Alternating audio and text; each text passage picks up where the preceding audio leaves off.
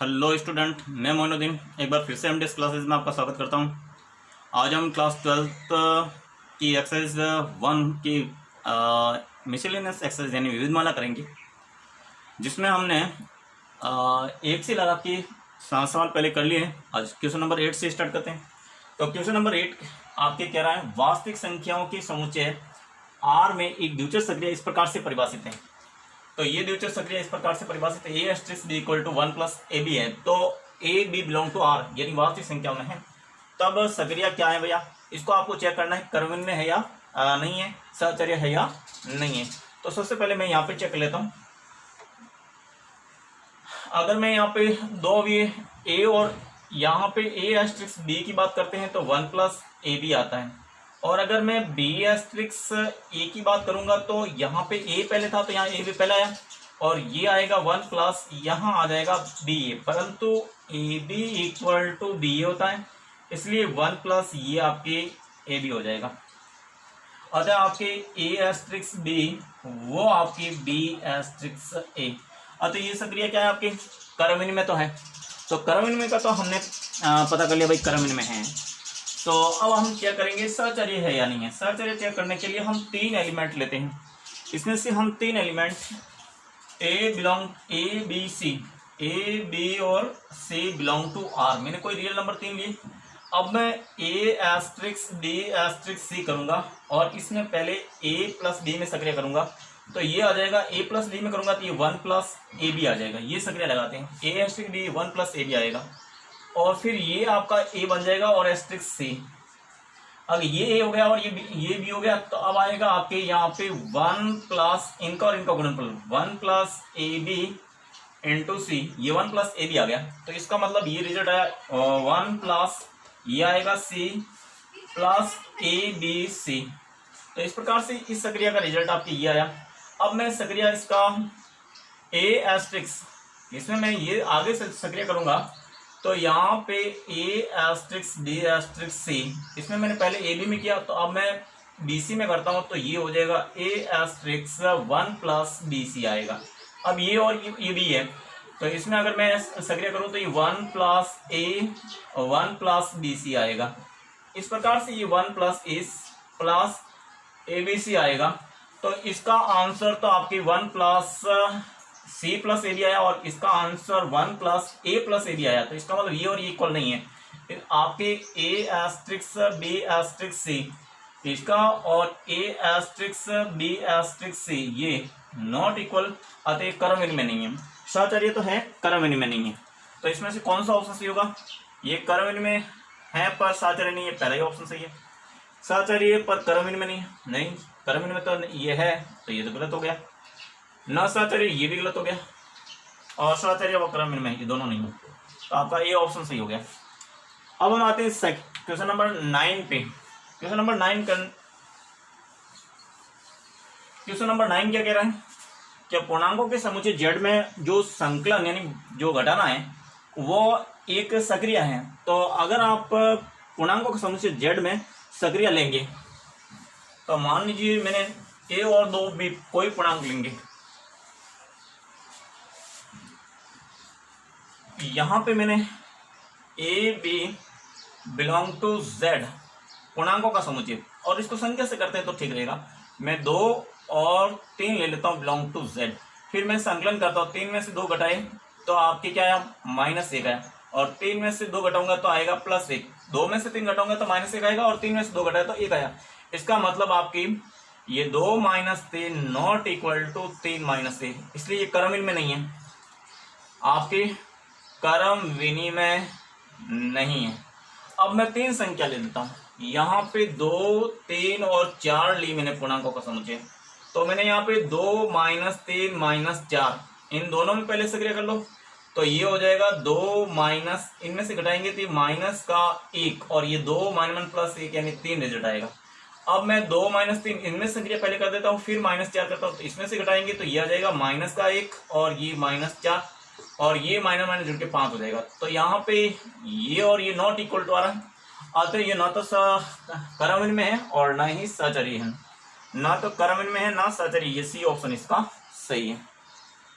अब आ जाते question number 10 में। Question number 10।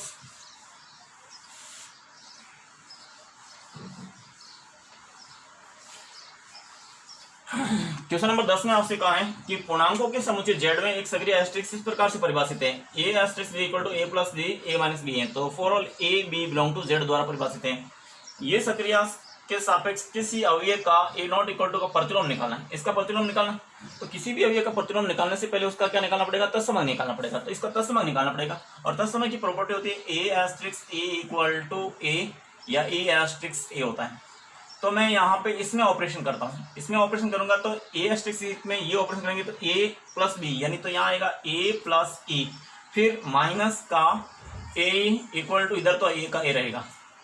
इन दोनों में ऑपरेशन क्या दिया गया, ए से ए कैंसिल हो गया, और अगर मैं ए यहाँ से ई कॉमन ले लेता हूँ तो ये आएगा 1 माइनस ए इक्वल टू 0। तो ई आ गया आपके 0/1 माइनस ए इक्वल टू 0। तो इस सक्रिया का तत्समक तो ई तो हो गया, तत्समक तो हो गया आपके 0। अब तत्समक हो गया तो किसी अवयव का प्रतिलोम निकालना, तो माना कि ए का प्रतिलोम बी है और तो वो आना चाहिए ई, और बी एस्ट्रिक्स ए ये क्या आना चाहिए, ई आना चाहिए। तो इन दोनों में मैं ऑपरेशन करता हूँ और बी का मान निकालता हूँ। तो ए एस्ट्रिक्स बी तो ये तो हो जाएगा ए प्लस बी, और माइनस का ए बी इक्वल टू ई की वैल्यू थी आपके 0, तो यहाँ आ जाएगा 0। अब मुझे बी का मान निकालना, तो ए को मैं उधर भगा दूँ, तो ये बी तो मैं यहाँ से कॉमन ले लूंगा, तो ये आ जाएगा 1 minus A equal to minus A, और बी को इधर, ये आपके बी की वैल्यू आ जाएगी माइनस ए अपॉन 1 माइनस ए। ये ए का प्रतिलोम, अच्छा ए का प्रतिलोम बी इक्वल टू हो गया माइनस ए। अगर इस माइनस को हटाना चाहते हो तो इसमें माइनस कॉमन ले लो, तो माइनस कॉमन ले लेंगे तो ये हो जाएगा माइनस का ए माइनस 1, ये माइनस वन कर देगा तो आपका ए अपॉन ए माइनस 1 इसका आंसर आएगा। तो इसमें से कौन सा ऑप्शन है, ये पहला ही ऑप्शन है ए माइनस 1। इसमें ए 1 माइनस ए ये नहीं है और ये है ही नहीं, तो पहला ऑप्शन इसका सही है। तो किसी भी सक्रिया का प्रतिलोम निकालना, अगर किसी सक्रिया के लिए किसी अवयव का प्रतिलोम निकालना तो उसके लिए सबसे पहले आपको क्या निकालना पड़ेगा, तत्समक निकालना पड़ेगा, और तत्समक निकालने के बाद में उसका प्रतिलोम निकालना पड़ेगा, जो इस प्रकार से आएगा। अब हम लेते हैं क्वेश्चन नंबर 11।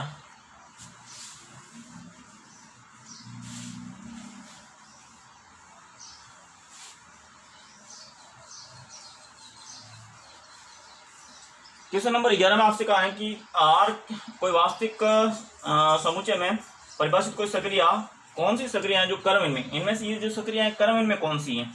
तो सबसे पहले मैं ए की बात करता हूँ, इसकी बात करता हूँ। तो ये A asterisk B equal to A square B है, यहाँ ए पहले है तो ए स्क्वायर आया और बी आया। अगर मैं बी एस्ट्रिक्स ए करता हूँ तो बी स्क्वायर ए आएगा, जहाँ पे A square B not equal to B square A, ये बराबर नहीं है, अतः आपके ये तो आपके क्या है, क्रमहीन में नहीं है, तो ये क्रमहीन में नहीं है। अब हम बात करते हैं इसकी बी की, ए तो चेक किया क्रमहीन में नहीं है, बी की चेक करेंगे तो A asterisk B equal to A to the power B, A पहले था तो फिर बी बाद में, तो बी पावर में चला जाएगा। अगर मैं बी एस्ट्रिक्स ए करूं तो बी पहले तो बी नीचे आएगा और ये ऊपर पावर में चला जाएगा, तो यहाँ पे A to the power B not equal to B to the power A आएगा, अतः आपके ये भी क्रमहीन में नहीं है, ये भी आपके क्रमहीन में नहीं है। अब आते हैं सी पे, तो सी पे भी ए एस्ट्रिक्स बी करते हैं तो यहाँ पे A minus B plus A B आए, और अगर मैं बी एस्ट्रिक्स ए करूँ तो यहाँ पे बी माइनस ए प्लस ये बी आएगा। यहाँ पे ए बी इक्वल टू तो बी ए है, तो यहाँ तो बी ए हो जाएगा, ये बी ए है वो ए बी हो जाएगा, परंतु A B equal not equal to B minus A, तो ये बी माइनस ए नहीं कर सकते। अगर इसमें से माइनस कॉमन लेंगे तो ये माइनस का ए माइनस बी हो जाएगा, इसलिए ये और ये बराबर नहीं है, अतः A asterisk B not equal to B asterisk A, तो ये भी क्रमहीन में नहीं है। अब आ जाते हैं डी ऑप्शन पे। डी ऑप्शन पे आपके ए एस्ट्रिक्स बी वो दे रखा है ए प्लस बी प्लस ए स्क्वायर, और अगर यहाँ बी एस्ट्रिक्स ए की बात करेंगे तो यहाँ पे बी प्लस ए प्लस यहाँ बी स्क्वायर आ जाएगा। तो यहाँ पे ए प्लस बी तो ए प्लस बी है, यहाँ ए स्क्वायर और ये बी स्क्वायर है, इसलिए आपके A asterisk B not equal to B asterisk A, तो इनमें से तो कोई भी क्रमहीन में नहीं है। तो यहाँ पे एक और ऑप्शन देंगे, उपरोक्त में से कोई नहीं, तो इसमें से तो ये ऑप्शन है, ये चारों ही क्षेत्र हैं जो वहाँ पर में से ये आपके आर में पिरामिड में नहीं है। अब हम आगे क्वेश्चन नंबर 12 पर बात करेंगे। निम्न 3 फलनों के लिए संयुक्त फलन की सक्रिया के लिए सचार्य नियम का सत्यापन करो। तो अब ये देखो एफ एन Z0 से F X equal to 2x और जी Z0 से Q और G X equal to 1/x, H Q से R और H X equal to e की पावर x है।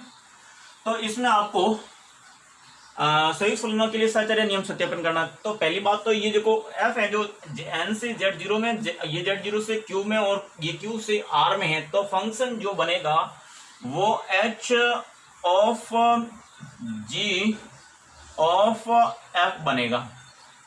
ये आपके फंक्शन परिभाषित होगा। अब ये फंक्शन बनेगा तो इसकी सचार्यता कैसे चेक करेंगे, हमें सिद्ध करना है, सिद्ध करना है यहाँ पे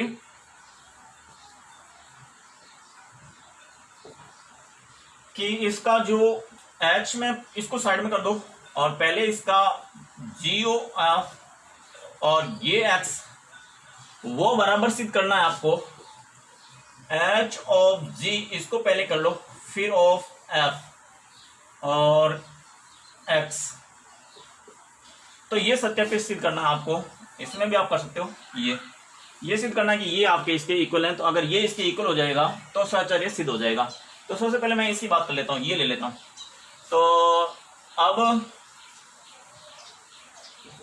LHS की बात करेंगे तो ये हो जाएगा एफ जी ऑफ ये एक्स।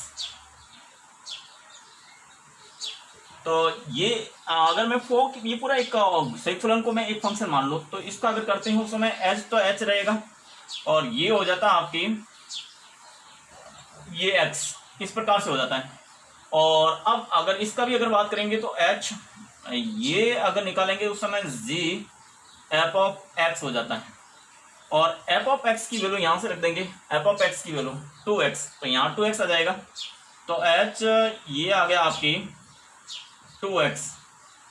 अब g के अंदर, g आपका फंक्शन ये है, इसके अंदर हम 2x रखेंगे तो 1/2x आ जाएगा। तो ये आ जाएगा h इक्वल टू 1/2x। और अगर h के अंदर हम मैं 1/ex रखूं तो इसका आंसर आएगा आपके e to the power 1/2x आया। अब इसका RHS निकालते हैं। RHS निकालेंगे तो ये लेंगे, ये h of g of f, इन दोनों को पहले लेना है फिर x करना है। तो ये तो आपके हो जाएगा होग और यहाँ पे आपके आ जाएगा f of x। f of x की वैल्यू रखेंगे यहाँ से 2x, तो ये हो जाएगा h ऑफ gx। ये एफ एक्स की वैल्यू रख देंगे 2x, तो यहाँ पे हो गया 2x।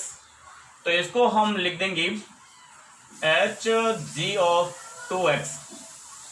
यहाँ पे gx का मान, ये जो g है gx का मान 1/x रख दीजिए। तो 1/x रखेंगे तो ये हो जाएगा आपके h ऑफ 1/2x, ये रख दिया। अब अगर h के अंदर वापस ये वैल्यू रखेंगे 1/2x तो आपके e की पावर 1/2x ये वैल्यू आ गई। अतः आपके h of g of f x वो आपकी h of g of F x बराबर है। अतः फलन, संयुक्त फलन आपके सचार्य है। तो इस प्रकार से हमने सचार्यता का जांच की। क्वेश्चन नंबर 13 देखिए, यदि एफ आर प्लस से आर प्लस यानी धनात्मक संख्या से धनात्मक संख्या में तथा जी भी धनात्मक संख्या से धनात्मक संख्या वास्तविक संख्याओं में निम्न प्रकार से परिभाषित है कि F X equal to X square और G S equal to root of X है, तो गॉस तथा फॉग ज्ञात करो। और क्या ये तुल्य फलन है? तो सबसे पहले हम इसका सॉल्यूशन करते हैं कि यहाँ पे गॉफ निकालते हैं। तो गॉफ एक्स ये निकालेंगे तो ये हो जाएगा जी और एफ एक्स। यहाँ पे अगर मैं जी एफ एक्स की वैल्यू रखूँ, एफ एक्स है वो एक्स स्क्वायर है, तो यहाँ पे तो एक्स स्क्वायर आ जाएगा। अब जी फंक्शन में एक्स की जगह एक्स स्क्वायर रखेंगे तो जी फंक्शन में एक्स की जगह एक्स स्क्वायर रखेंगे तो ये आएगा रूट ऑफ एक्स स्क्वायर। तो इसकी वैल्यू आती है एक्स। अतः आपकी गोफ ऑफ एक्स आया एक्स ही, एक्स रखते हैं तो एक्स ही आता है, x1 रखते हैं तो x1 ही आएगा, यानी एक रखेंगे तो एक ही रहेगा, दो रखेंगे तो दो रहेगा, तीन रखेंगे तो तीन आएगा, यानी सेम आएगा। अतः इसका मतलब ये गोफ तो आपकी तुल्य फलन है। तथा अगर मैं यहाँ पे फॉग की बात करूं, फॉग एक्स की बात करेंगे तो यहाँ एफ और यहाँ जी एक्स आएगा। यहाँ पे एफ जी एक्स की वैल्यू यहाँ पे रूट ऑफ एक्स रख देते हैं। अब फंक्शन एफ में जहाँ एक्स है वहाँ रूट ऑफ एक्स रखते हैं तो ये रूट ऑफ एक्स का होल स्क्वायर आएगा, यानी एक्स आएगा। इस प्रकार से आपके फॉग एक्स भी आपके एक्स आया। अतः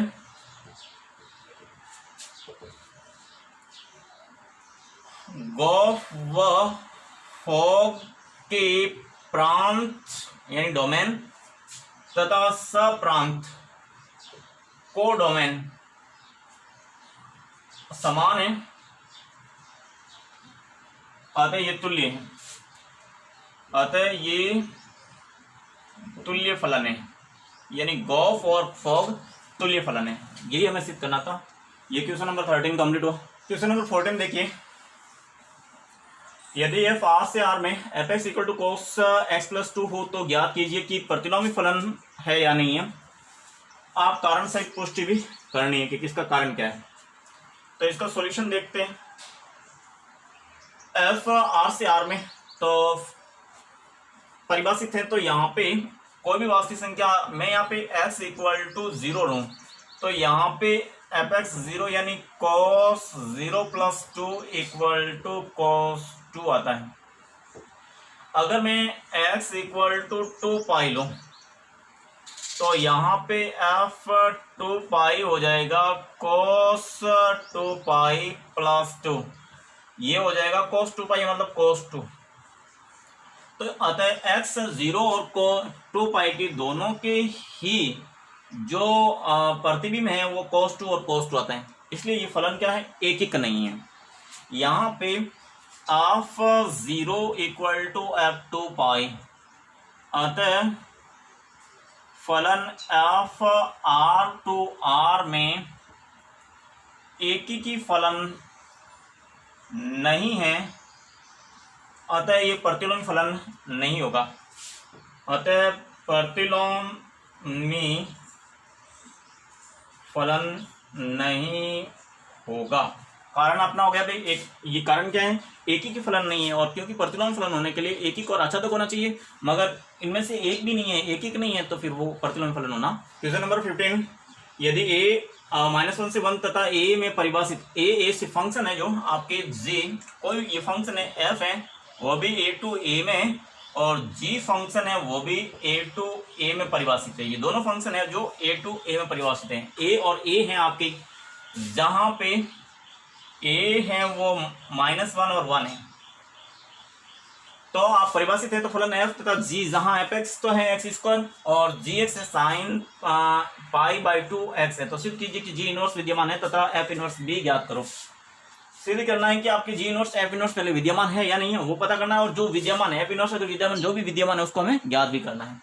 तो इसका सॉल्यूशन है आपकी, सबसे पहले अगर मैं यहाँ पे a से a में फंक्शन fx की बात करूँ तो यहाँ पे fx दे रखा है आपके x स्क्वायर, और x अगर इसमें से मैं -1 रखूं तो f -1 आपके -1 का स्क्वायर वो आ जाएगा 1, और x इक्वल टू 1 से 1 लूँ तो यहाँ पे f1 इक्वल टू 1 का square equal to 1।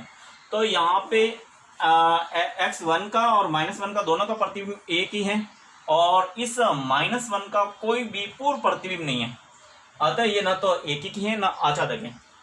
f a से a में ना एक ही है व ना आच्छादक है,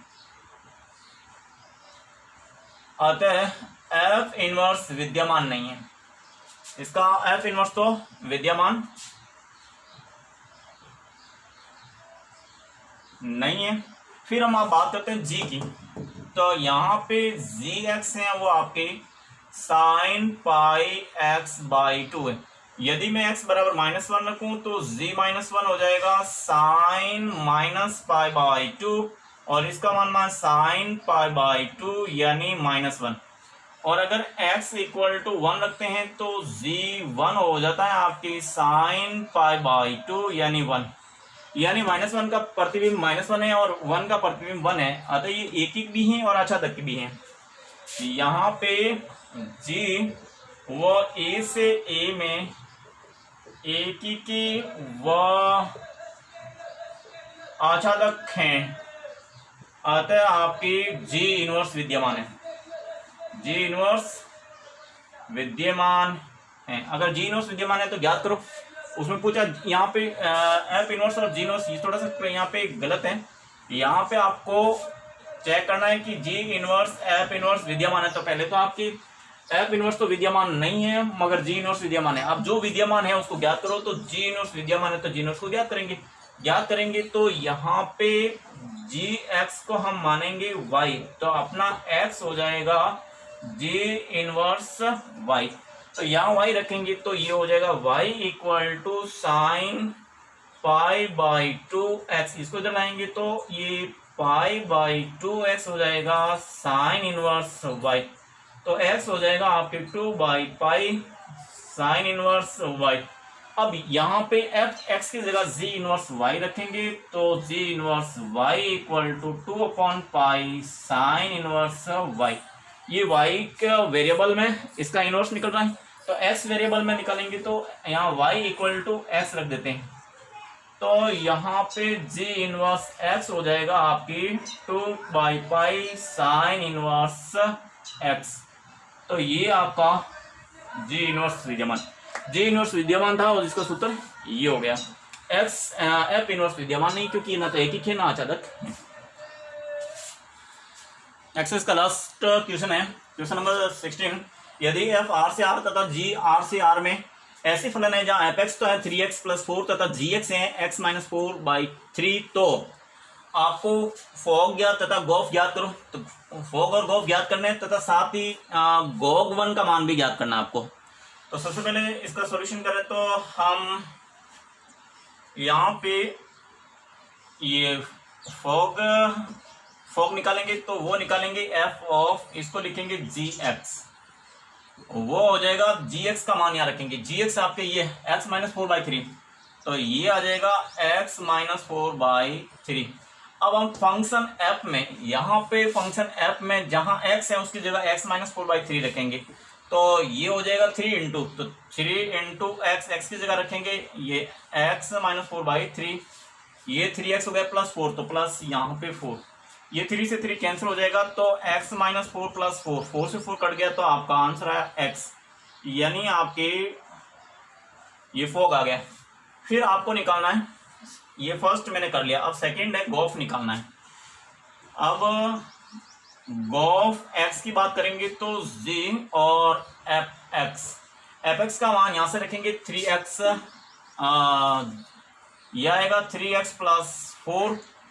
अब g में जहाँ x है वहाँ पे 3x - 4 रखेंगे, तो x की जगह तो आपकी 3x + 4 और यहाँ -4 अपॉन 3 है, तो ये 4 से 4 कैंसिल हो गया, तो ये आया 3x/3, 3 से 3 कैंसिल हो गया तो x आया। तो इस प्रकार से आपकी गॉफ x भी x आ गया। इसका मतलब ये दोनों ही संयुक्त फलन है, ये तुल्य फलन है। अब आप बाद में बात करनी है गोग की, तो अब मैं निकालता हूँ गोग x निकालता हूँ, तो g ऑफ ये gx आएगा, ये g ऑफ gx ये रखेंगे तो x - 4/3। अब g इसी के अंदर जहाँ x है वहाँ पे x - 4/3 रखेंगे, तो ये हो जाएगा इस x की जगह x - 4/3 फिर -4/3। तो इस प्रकार से ऊपर वाले अंश का एलसीएम लेंगे तो वो 3 आएगा, तो x - 4 और -12 ये बटा 3 ये 3 और ये वाला 3 यहाँ पे, तो इस प्रकार से आपके x माइनस ये हो जाएगा 16/9, ये आया आपके गॉग x आया। परंतु मुझे निकालना है गॉग 1 निकालना है, तो s इक्वल टू 1 रखेंगे तो ये गोग 1 आ जाएगा आपके 1 माइनस 16/9, तो ये आ जाएगा आपके माइनस के 15/9। अगर मैं 3 से कैंसिल करूं तो आपका गोग 1 का रिजल्ट आएगा, वो आ जाएगा माइनस के 5/3। तो ये आपका आंसर आ गया। इस प्रकार से आपका कंप्लीट हुआ।